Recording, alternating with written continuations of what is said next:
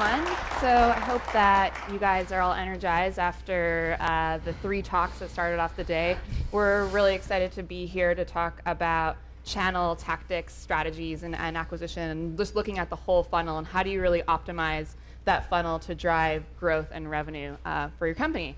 So I'll give a little quick intro of the 3 of these lovely people right here. Garrett is the director of marketing at Quip, which was recently acquired by Salesforce, and he was previously head of demand gen at New Relic and was the 3rd marketing hire when they were about 50 people. So he has seen a lot and helped take New Relic, obviously, from early stage startup to their IPO. Absolutely. Leah Grosky is running demand generation at CoreOS, and she started back in August. And she previously was the director of marketing at Hortonworks, focused on tech, funnel attribution, segmentation, and lead scoring. And finally, we have Jackie Davis, who's also in a new role at HelloSign, and she's the senior marketing manager of acquisition and campaigns, focusing on online marketing, nurture programs, and she was previously lead of enterprise acquisition at Atlassian.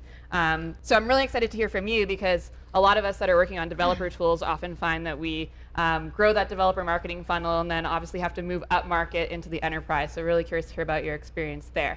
So it's a really opportune time to have the 3 of these folks on stage, because they're all either in pretty new roles, or Garrett was recently acquired by Salesforce, so he's seeing the transition there. So I'd love to hear just a quick overview of some of the demand generation programs that you're working on in your current roles. And Garrett, we'll start with you. Yeah, so super exciting that we just got acquired by Salesforce.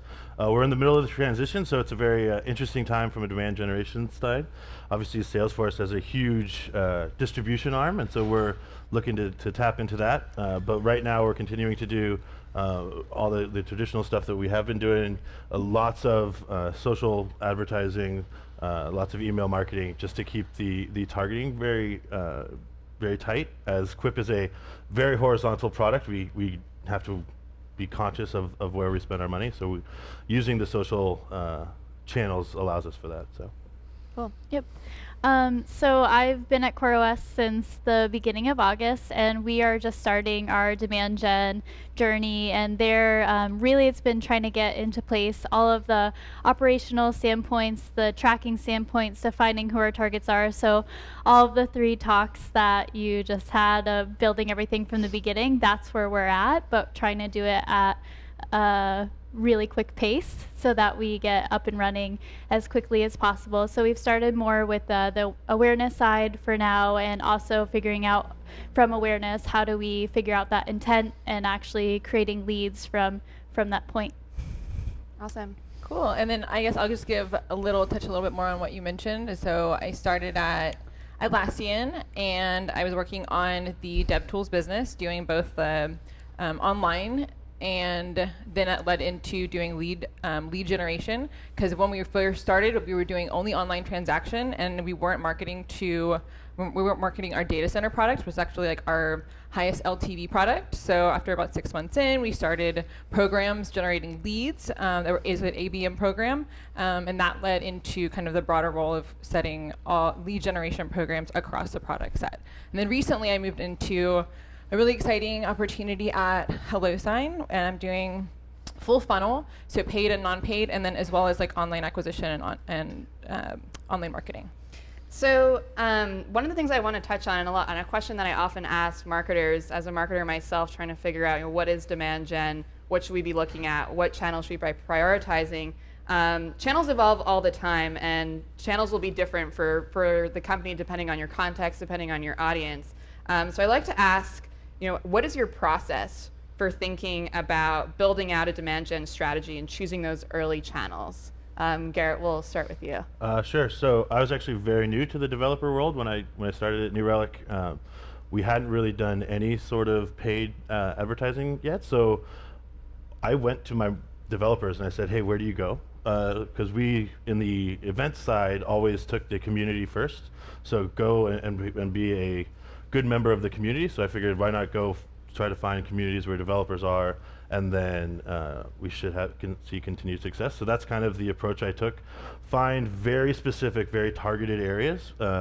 Obviously the growth, like the total available audience might not be huge, but it'll be super targeted and you'll be able to get what you need faster. So that was the approach we took. Maybe not as high of a volume, but it was the right target so that the little sales team that we had could work efficiently and we could grow at scale.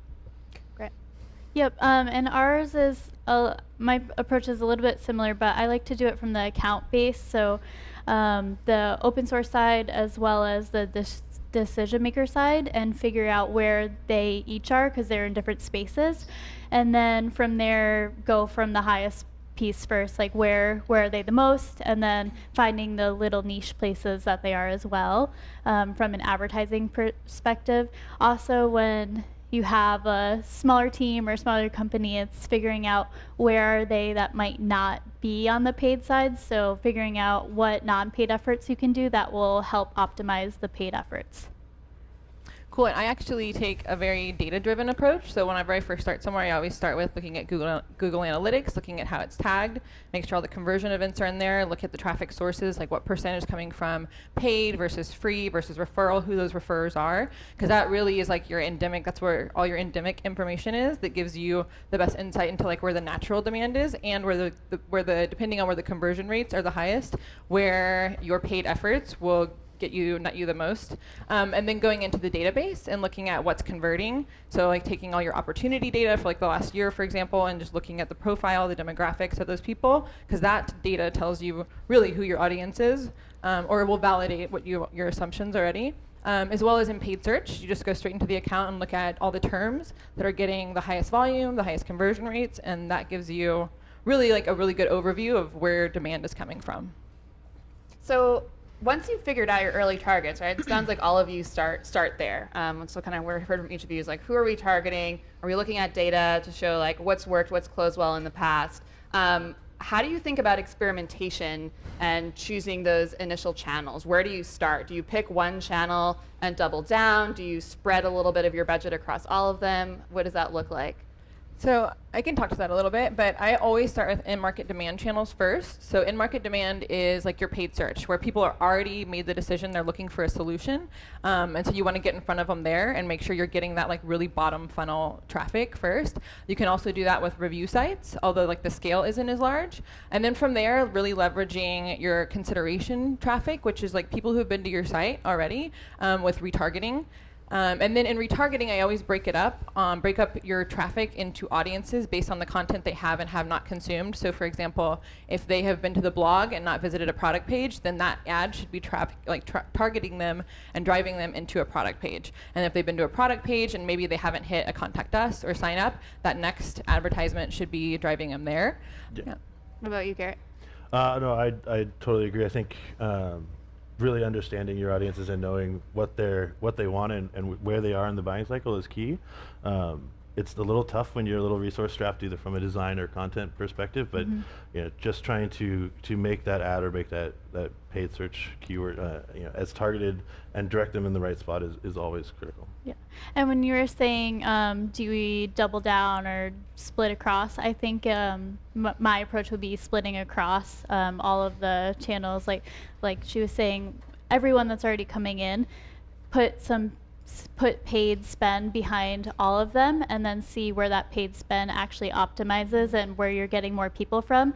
And then from there you can figure out, is it better to double down on this and maybe stop spend somewhere else? But I think trying what already is working from a non-paid perspective and then putting some spend behind all of it and seeing where that takes you, from a non-paid to paid approach, where is it bringing you, and then if that's actually adding more awareness or actually generating leads from that, then you can do the double down approach.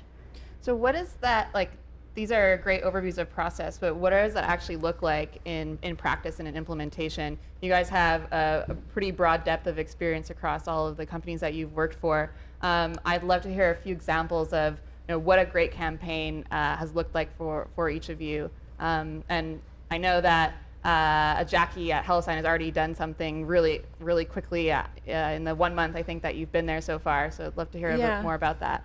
Yeah, I'd love to talk to that, but I feel like I have another story that's a little bit more applicable because we're talking about online. Cool. And so when I first started at Atlassian, like I said, I was working on the dev tools, which is there's tons of tons of demand around Git and like the whole migration to Git and the industry. And so when we went there, there was a limited amount of paid search. So paid search was limited both by like the keyword set and how broad that was, as well as just the budgets. And most of the budget was being spent on retargeting. However, that retargeting was actually sending people from the product pages into a microsite, which was it's really great content, but that's actually top funnel, so we weren't fully leveraging that budget. So within my first month, I just totally expanded the keyword set and made sure we were broad matching on Git, and just like broad matching on our brand terms and all that stuff, and then as well as just expanding it in general, and then allocated budget from those top funnel programs down into support that, and we were able to scale, massively, and then also changed that retargeting funnel where we were retargeting from that huge source of like organic traffic down into our product pages, and within like the first 3 months, we were able to increase our overall conversions by 300% while lowering our cost per acquisition, which was a huge win.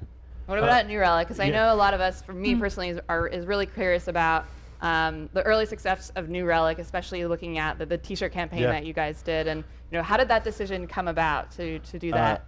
So the T-shirt campaign was a little bit of luck, but also, we had just raised a Series B, and there was a lot of eyeballs on us now, and we sort of set very aggressive goals of doubling our free trials month over month.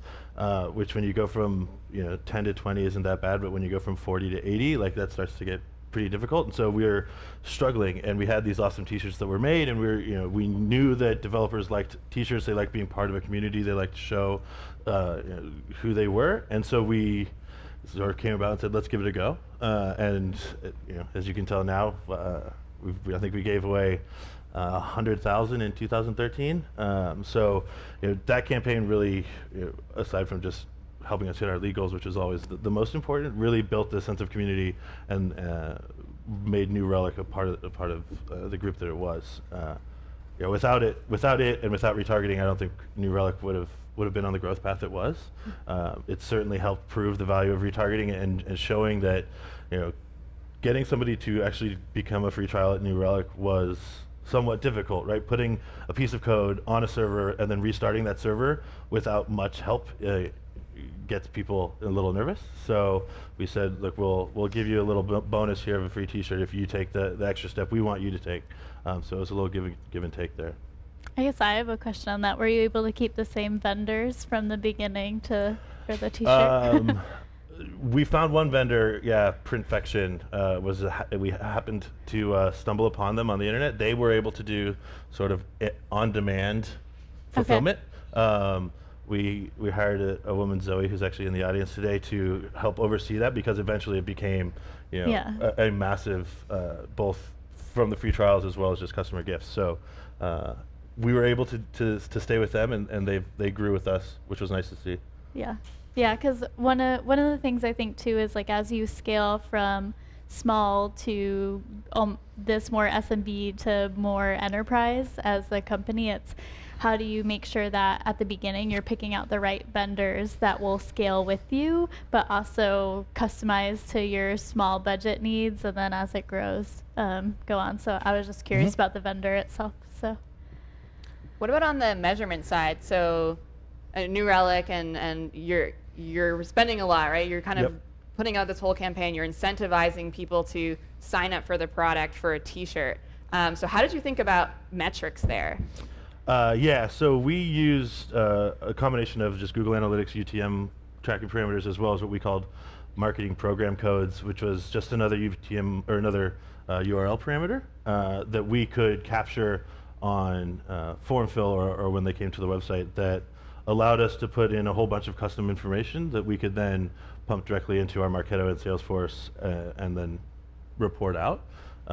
We also just generally, it was about $15 to $20 a T-shirt, and we knew that if we were getting the deploy or the free trial at less than the total cost, then we were doing it right. So it was a combination of direct attributable tracking, which is always nice in the online world, but of course we know that view-throughs and untrackable cookie blocking browsing goes on. So we looked at the end game of, all right, we needed it at $300 a deploy, and are we getting it all cost in at under $300? And if that was the case, then we knew our model was sound and we could continue going. Yeah, especially with developer marketing, right? Where developers are one of the most technically savvy audiences that you can market to, and a lot of them often know their ad blocking, their cookie blocking, all of those things. So how did you think about those early metrics though? Like, for you guys, what were you held accountable to when you were starting off your demand gen programs? Was it leads? Was it opportunities? Was it revenue all the way down through the sales funnel? Yeah. I mean, I always look at opportunities, so either cost per opportunity or what you're actually creating, so marketing influenced opportunities. From a program by program level, like whoever's running the program or looking at the specific campaign, there's a lot of different metrics that you can look at, but I think what you actually bring back to your organization is the cost per opportunity, or how much is marketing influencing the total pipeline. Yeah, we were always at a cost per trial. We had a funky system problem where it was difficult for us to actually directly attribute marketing to opportunities. Certainly at the beginning, we got better towards the end. So we always knew that the overall cost per trial needed to be, for the most part, $300. And so if we took all the marketing spend and then took all the trials and we were under $300, then functionally we knew we were okay, and then we could go in and sort of look to optimize.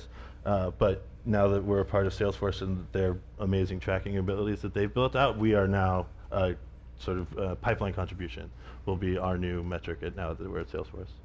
Yeah, I'd love to touch on that a little bit too, because I think it's really important when you're first starting out to just start with at least some level of allowable cost per acquisition based on your lifetime value. And it doesn't have to be perfect, but something, and then a metric that you want to hit. So maybe a 200% return. That way, because I've seen places before, I've worked in places where we're held to a cost per acquisition metric, and then once we do that, like down funnel modeling, we realized we had been shorting ourselves on growth by not having a higher cost per acquisition. Like we could have had a higher cost per acquisition, drove more growth, and then still have returned more value, if that makes sense.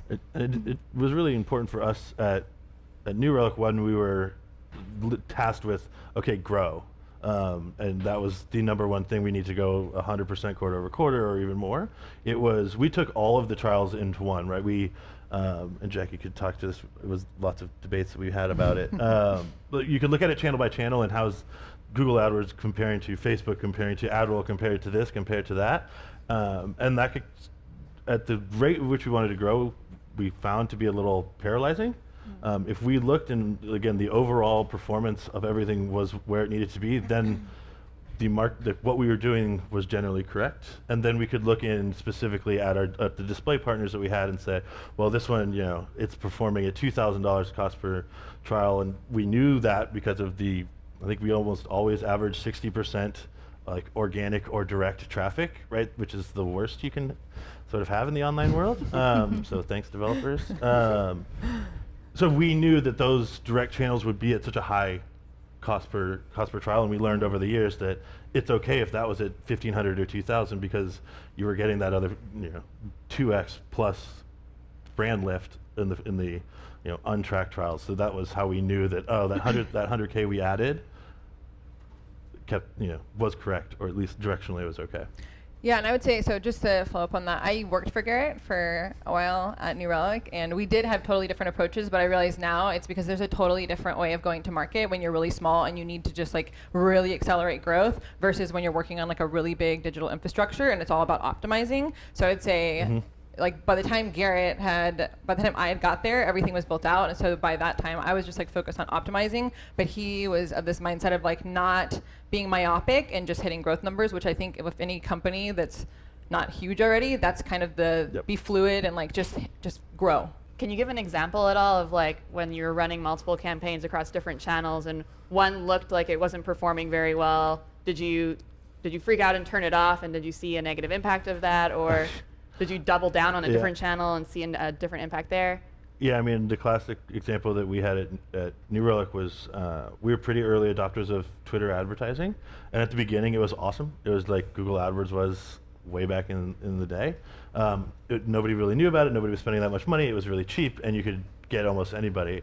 But then, as we all know now, it's a little bit harder. It doesn't work quite as well. So we actually did. We were going from about 100K a month to just flat off, and we told told the Twitter team, and then we'd take a look at it a month after. And we realized that everything was down 15 to 20%. So all traffic was down, conversions were down. So it had a huge impact in our market. But if we had a CEO or a CFO that said, look, the direct attributable ROI is 4%, like, okay, but it has a 20% impact on our business. Luckily, we didn't have the ROI type of CFO. So we ended up turning back on, and we grew, I think we scaled all the way to 2.5 million a year. So it's an example where something might not be working just because you're not doing it properly, or you have wrong targeting or something. So definitely don't just cut without any optimization, or looking at the impact across the board to the rest of your programs. Yeah, definitely on that. If a specific channel isn't performing, I look at the campaigns within that channel. That's when you get to the optimization phase of, okay, well, what piece isn't working, and then thinking about why isn't it working, and then comparing it, like, is it the creative, is it the content? And I think the biggest challenge of any small demand generation team is being able to take the time to do that. But I don't believe of just turning off the spend. I think it's figuring out, okay, of that channel, what pieces are working, still spend there, and maybe turn off the pieces that aren't, if you don't have the time to figure out why exactly. But if you do have the resources to figure out the specifics of why it's not performing, then it's altering them and then maybe giving it another month and comparing to see. I mean, a lot of times it's taking your data, but also guessing of, okay, I think it's this, maybe it's the color of this ad, right? Isn't working, even though it's within our brand. So I think it's definitely taking the time to see that, but not turning it off completely, especially if you're getting that source as like one of your top referrals, or at one point it was one of your top referrers. Yeah, and seconding that, I've seen this so many times where a budget cut happens and we take it out of the top of the funnel that makes the metric of cost per acquisition look really great for that month. Then everyone's like, oh, we'll defund it, we don't need that. And then 4 weeks after that, the bottom falls out because you haven't been feeding the top of the funnel. And I think that's especially important to remember in B2B, because on average, every single time I've gone through and looked at the touch point data of the average number of times somebody comes to your site, and the durations, and the frequency and the duration, there is an average number of 5 to 10 times they're going to be at your site before they fully convert. So that's 10 different attribution points. So going back to Garrett's point on looking at the entire metrics, because marketing is going to drive really important traffic at some point in that funnel, but it might get attributed to something like organic, which is natural for somebody who already knows your brand to engage that way, versus clicking from a top funnel ad. So you talked a little bit about optimization, Leah, which was interesting. So if you have the time, don't just cut spend, look at well, what might we be able to tweak here? Is it landing page copy, is it design, or is it something else? If I'm just starting out an early campaign for the first time, how many variations should I have to start off with? Is there a best practice there, or is it? I know everybody says A/B testing, but I do ABCD. So at least starting with 4, but that's just me. I like to start with 4. It's not too many to really compare, but making small differences in each one of those, so then you can really test what is it that is actually making your campaign. But yeah, I'm a ABCD, not AB. Just quickly, it's sort of test what your volume allows for. If you're not getting 100,000 visitors, you probably can't do an ABCD and learn quickly. But if you do, absolutely test it as fast as you can, based on the volume, either of spend or of visitors or whatever it might be. I want to ask about lead scoring, and how do you think about that in SaaS? We're not going to see the revenue come in from a campaign right away, because our sales cycles can be anywhere between 7 days, maybe 90 days. So how did you think about lead scoring early on? What are those indicators that you look for to inform a lead score? So at New Relic, we didn't do lead scoring for a long time because we were very black and white. Either they're on a free trial or they're not. It made for very easy metrics, very easy optimization, but down the road got a little messy, and that's when we jumped into the predictive world with Infer relatively early. We were lucky enough to find them and have a great operations team on our end, and that ended up working out really well. We never really got to a demographic or behavioral based, like on our own in our automation system. We built ours out with theirs and really used their data to let our sales team know, like if you see an A go after this A, it's gonna close, you know, at 6x the normal. And luckily it proved that out. So we went with predictive because they could do it better than we could, and we were okay with that. So I have a different experience. I've tried a couple different predictive vendors, but I was always testing, does our model work or does theirs work? And I think that it's if you can do a blend, it's actually better because your reps will be able to give you feedback because they're actually talking to them too. So they're the ones that say, okay, well, this A wasn't qualified, but in the predictive vendors that exist today, it's hard to be able to modify that.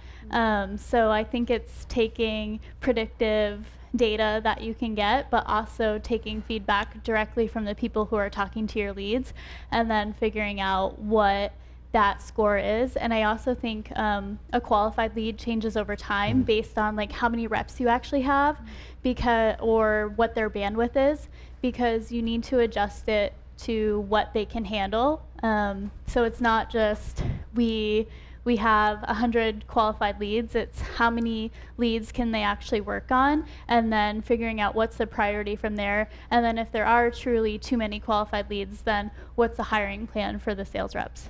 But yeah, I like the combination of both. Yeah, I couldn't agree more. I love that use of using lead scoring for prioritization versus whether you pass it over or not. So recently, this is going into your story, Alexa, about HelloSign. So I started my second week, like I said, my process is always going through the data. I realized like within our funnel, there were so many, like a really high amount of leads that had collected and hadn't been passed over because of the scoring. Even though they were taking some high value insights or like, you know, actions on the site. And so we also at the same time had an SDR team that was working just like outbounding, pure cold outbounding. So I was like, why don't we just like feed this, maybe it's not like scored ready, but feed it over and directly give those to the SDRs to work and then let them use that scoring to just prioritize. And within like the first 2 days of launching, we had like dramatically increased the number of ops open. So it was a win for everybody. But it does go back into controlling for volume and understanding like what your sales teams can really take in and optimize from there. And I think being fluid is critical, especially if you're adding new channels. Like, okay, now we're going to do a bunch of webinars. Do we pass over all the webinars attendees or just the registrants? And having that feedback from your sales reps is critical. If you just say, well, they scored an A, we're passing them over, right? But if you find that no webinar registrant, even if they are an A, is even ready yet, I certainly agree. Yeah, and it changes. Like webinars might work for one and the type of webinar too might work for one company but not another one. So there isn't like really a rule around. Usually webinars are pretty good though. Yeah. So but yeah, demand gen is just a huge beast of a space because there's like, we only really touched on paid and lead scoring today. Then there's webinars, there's content marketing, there's email marketing. I'm gonna close with like, what is something that new marketers most often forget when getting started with a demand generation program? I think looking at how it performs, right? So you're so busy of trying to launch so many different new programs or launching all these different channels, but even after a month, take a look to see where you were before and where you are today, to see is it actually working for you. But it's all that time of focusing on. Everyone's always focusing on that growth, and if you have a small team, it is hard to just take that step back of looking at what's actually going on. I think they kind of forget that it's okay to make a mistake and fail. I mean, I've ran and paid a lot of money for really bad campaigns when we were first starting, but that's okay as long as you're learning. Like, it's not that you're not going to get anybody, you just might not have gotten as many as you planned, and that's okay. You will then either know, okay, this type of audience isn't ready for this type of message, or we're just not able to work there. So certainly being okay with, well, that didn't work as planned is always better than like that failed, because you're not gonna run some programs that don't work well. But being okay with that and knowing, getting a learning and then moving on quickly, I think is what most new people might forget, is that they're only focused on, it's got to be successful, So I would say A and B2B, it's just different. And so all the time, like as marketers, I think we apply B2C tactics to the B2B world, and it's different. So I just always be mindful of that. And then also, as you're first starting, I would say, don't forget that like growth is more important than optimization if you don't have a lot to optimize. So just like grow. Try to get as much stuff out there, and try not to like, for example, like spend 2 weeks building something from like on a site that has no traffic, and it ends up netting you like one thing. Try to always like be looking for your low-hanging fruit. Great. Thank you, guys. We're going to open it up for questions from the audience. So New Relic had a perpetually free, or sort of, and Quip has one for personal use, but we don't really advertise it. So if your business model can get away with not having one, then I think having a really robust free trial and really giving the user enough time to really understand what it is. Right? If you give a 14-day free trial, but it really takes a month to really understand the product, or you need, like a Quip, ours isn't based on time, it's based on how much you use it, right? So because the product itself is collaborative, so we figured why not, unless you're collaborating, you shouldn't have to pay for it. So finding a way to make that free trial really valuable to the user and not just to make sure that your sales cycle is within 30 days, I think is a better way to go about it. Certainly if you can have a free trial or free tier that doesn't get in the way, like our personal ones don't get in the way. We just don't send them to sales until they activate a higher level system. So that's kind of how I see it. Yeah, I mean, I completely agree with that. I haven't thought about it exactly like that in the past, but that totally makes sense to do it based on how much someone's actually using it. I think that's a good answer.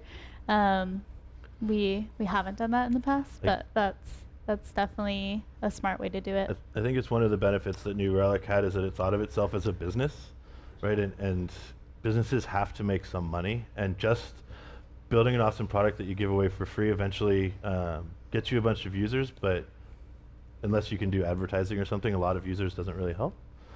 So we really thought that like our product is valuable. We think it's really valuable. We have customers who think it's really valuable. So if you're seeing the value, you should pay for it, because that's how the world works. And so that's kind of the approach we took. And we were lucky that, New Relic was an awesome product and people did see the value very quickly. So hopefully you can take that sort of approach to product design as well. It's not just a marketing thing to say how long the free trial is. If the product doesn't do something in 14 days or however long, then it maybe it needs to be looked at. Good question. I would say you look at your conversion rates from each piece of content, and whatever, constantly be mixing in something to replace your lowest form, and then you'll have new top performers bubble up from there. And if you're constantly looking at it from that perspective, then overall you're going to be like step changing the overall conversion value from all of your content. Yeah. And I think it's one of the problems or the difficulties of doing like long form content marketing early on when you're starting out doing demand gen. It's much easier for me to write 5 banner ad copies or a couple of Facebook posts or tweets, not as a professional writer, but somebody who markets like that. I can write 5 or 6 words sometimes, but like trying to find 3-page white paper type thing can be difficult. And if it might take you 2 months to get 5 pieces done, and then if one of them's bad, then you have to keep finding them. It's expensive to get them created if you don't have a headcount on your team full time. So I've always shied away from content lead gen until we were, I think, Quip marketing or New Relic marketing had 50, 60 people before we really started diving into sort of the white paper form download gated content. Yeah, I could not agree more. I think especially even when you are looking at then going and putting paid around those kind of programs, that whole model is so much more expensive that it really requires a much higher possible like lifetime value product. And so, because you're like fighting at that point, somebody downloads it and then they're going to open the email and all these other rates that can add up really quickly from like a cost perspective.